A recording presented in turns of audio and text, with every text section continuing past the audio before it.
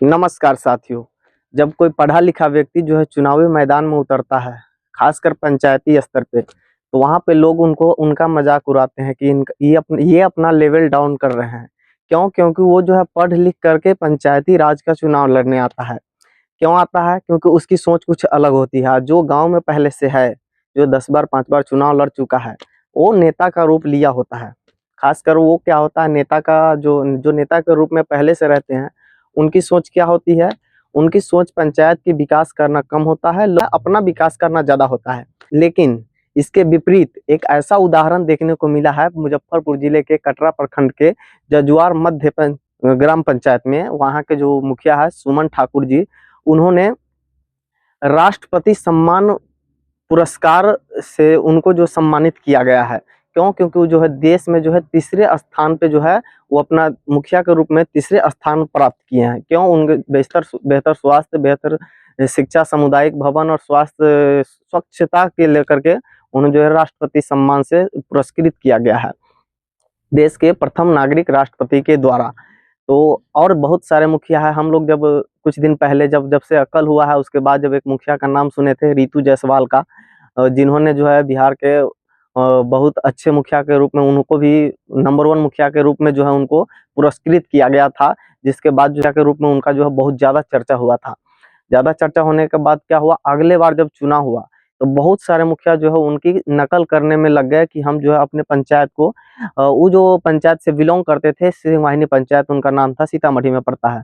उन्होंने उस पंचायत का नकल करना शुरू कर दिया और अपने पंचायती जो अभियान होता है, चुनाव अभियान, उसमें जो है उन्होंने ये लागू किया। हर बहुत सारे मुखिया लोग जो है ये भाषण देते हुए नजर आए कि हम अपने पंचायत को सिंहवाहिनी पंचायत बना देंगे। लेकिन बहुत सारे तो नहीं बना पाए। लेकिन एक मुखिया जो है हमारे मुजफ्फरपुर जिले के जो कटरा प्रखंड के जजुआर मध्य ग्राम पंचायत है, वहाँ के मुखिया सुमन ठाकुर जी, उन्होंने इस बात को प्रूफ कर दिया कि हमें सिंहवाहिनी पंचायत नहीं बनाना है, हमें जो मेरा पंचायत है उसी का विकास करके और अपने पंचायत का नाम आगे लेकर जाना है, और हमें इसी से जो है अपना अपना सम्मान और मान सम्मान बढ़ाना है। जो मुखिया को लोग जो है एक दूसरे नजरिया से देखते हैं, जैसे कि आप देखेंगे भ्रष्टाचार के आरोप में, घूसखोरी के आरोप में, ये सब दलाली के आरोप में ज्यादातर मुखिया का नाम आए दिनों आते रहता है।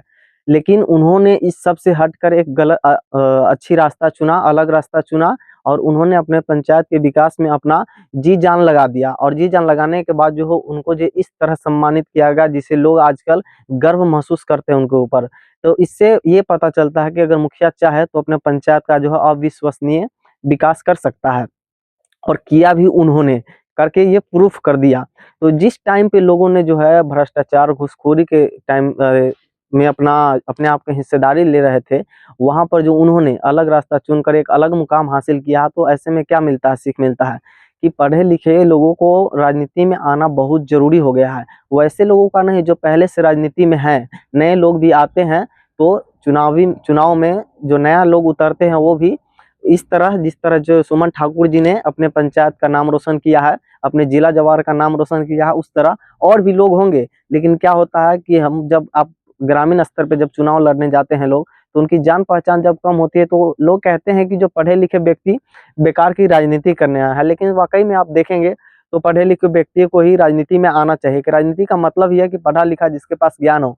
उन्होंने जिस क्षेत्र में काम किया है, बहुत सारे मुखिया को जो है उस क्षेत्र के बारे में पता ही नहीं है कि वो क्या होता है और उस पर कैसे काम किया जाता है। बहुत लोगों का देखेंगे तो अगर छोटा सा काम कोई किया है तो उसके फेसबुक पे बहुत सारे वीडियोस फोटोज डालते हैं कि हमने ये कर दिया। उसके 1-2 महीने के बाद आप देखेंगे तो वही उनका काम किया हुआ बिल्डिंगे हो या कोई भी चारदीवारी किया हो ढहने लगता है। तो उस टाइम पे वो नहीं कहते हैं, वो कहते हैं कि बाढ़ के कारण ढह गया, बारिश के कारण ढह गया। लेकिन उनकी जो काम जो है अभी जो है चर्चा में है। क्यों? क्योंकि उनका जो काम है एकदम निष्पक्ष है और बिना घुसखोरी के, बिना दलाली के है, और भ्रष्टाचार कम हुआ है, जिस कारण से उनका नाम आज इतना हो रहा है। और मैं नमन करता हूँ ऐसे मुखिया को, जिन्होंने जो है एक मुखिया लोगों को एक अलग सीख दिया है सभी को कि नहीं, आप जो गलत रास्ते चुनते हैं उसमें ज्यादा न मान सम्मान है न पैसा है। और जितने पैसा ये लोग 5 साल में नहीं कमाए होंगे, उनको जो सम्मान राशि के रूप में दे दिया गया है राष्ट्रपति के द्वारा, तो आप समझ सकते हैं कि ये मुखिया लोग जो आजकल के होते हैं उनको किनसे सीखने की जरूरत है। और आप लोग जब आपके पंचायत में जब कोई पढ़े लिखे लोग राजनीति में उतरे तो उन्हें ज्यादा सपोर्ट कीजिएगा।